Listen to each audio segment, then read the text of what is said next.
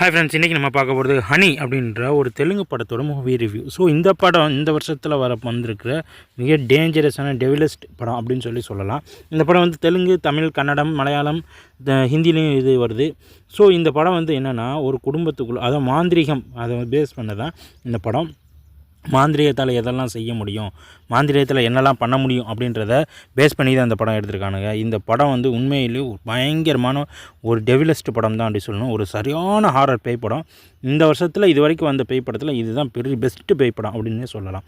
Okay, கதைக்குள்ளே போகலாம் வாங்க. அதாவது ஒரு அண்ணன் தம்பி 2 பேரும் சேர்ந்து ஒரு ஃபேமிலி வாழ்ந்துக்கிட்டு இருக்காங்க. அதே மாதிரி அந்த ஃபேமிலியில் ஒரு துர்தவைகளுக்காக என்ன செய்யலாம், தன்னோட கஷ்டத்துக்காக இது பண்ணுறதுக்கு ஒருத்தன் வர்றான்.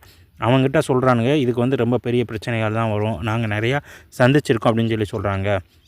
அதுக்கு பேஸ் பண்ண தம்பியோட குடும்பத்தில் இருக்கிறவனே அவனோட பொண்ணு மேலே வந்து பூனைகளை கொன்று, அதை பூனைகளெல்லாம் வந்து மாந்திரிகம் பண்ணி அதை ஒரு குறிப்பிட்ட நாளில் அதை கொன்று அந்த ரத்தத்தெல்லாம் சாமி மேலே தெளித்து அதோட சக்தியை வச்சு தன்னோட பொண்ணுக்கு வந்து ரொம்ப பயங்கரமான ஒரு பவரான ஒரு பொண்ணாக்கி அதை வந்து நரபலி கொடுத்து அது மூலியமாக வந்து பெரிய புதையல் அடையிறதுக்காக இவங்கெல்லாம் இது பண்ணுவாங்க. ஸோ இது மாதிரி ஒரு ஒரு அப்படியே முக்கோணமான ஒரு டெவலஸ்ட் படம். இது செமையான ஹாரர் மூவி அப்படின்னு தான் சொல்லணும். ஹஸ்பண்ட் வந்து ரொம்ப பயங்கரமான இந்த ஜோதிடம் பார்க்கறதுல பயங்கரமான ஆளாக இருக்கான். அவன் வந்து அவனோட ஒய்ஃப் கூட கூடுறது கூட செக்ஸுவல் வச்சுக்கிறது கூட ஒரு டைமிங் பார்த்து அது கூட வச்சு அதில் ஒரு பிள்ளையை பெற்றுக்கிறான். ஸோ அது மூலியமாக வர்ற அந்த பிள்ளைய மேலே ஒரு குறிப்பிட்ட நாட்களில் அமாவாசை பண்ணுவேன், அது மாதிரி குறிப்பிட்ட நாட்களில் ரத்தத்தை பூனைகளை கொன்று அதோட ரத்தத்தை அது மேலே தெளித்து ஸோ அதை வந்து அந்த பூனைகளுக்கு ரத்தத்தால் அபிஷேகம் பண்ணுறாங்க.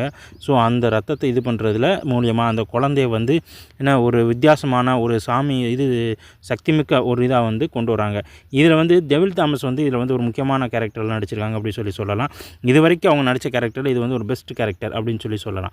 ஸோ இதுலேயும் வந்து ரொம்ப பயங்கரமான டெப்த்தாக சூப்பராகவே நடிச்சிருக்காங்க. அது மட்டும் இல்லாமல் அதில் அந்த படத்தில் நடிச்சிருக்க அந்த சின்ன பொண்ணு வந்து பயங்கரமாக இருக்குது. இந்த படத்தோட இன்னொரு ப்ளஸ் பாயிண்ட் என்ன அப்படின்னா, இதோட மியூசிக், ஹாரர் மியூசிக் படத்துக்கு வந்து மியூசிக் எப்போயுமே பெஸ்ட்டாக இருக்கணும்னு நினைப்போம். அதே மாதிரி இந்த படத்தோட மியூசிக்கும் ரொம்ப பவர்ஃபுல்லாக இருக்குது. சீன் பை சீன் சில சீன்கள் வித்தியாசமாக இருக்குது, நம்ம பார்த்த மாதிரி இருக்குன்னு தோணுனா அடுத்த சீன் வந்து அதுக்கு அப்படியே ட்விஸ்ட் அமைஞ்சிது. இதில் லாஸ்ட்டில் அந்த ஒரு குழந்தை பூனை மாதிரி வரும் பாருங்க, அது வந்து பார்த்திங்கன்னா செம்ம மார்வலாக பயங்கரமாக இருக்கும். ஸோ இந்த படம் கண்டிப்பாக நம்ம பார்க்கலாம். படத்தை பற்றின கமெண்ட்ஸை நம்ம இதில் கமெண்ட் பண்ணுங்கள். இந்த படத்துக்கு நம்ம இதில் கொடுக்கறது வந்து பார்த்திங்கன்னா 5 to 4.5 கொடுக்குறோம். நன்றி, வணக்கம்.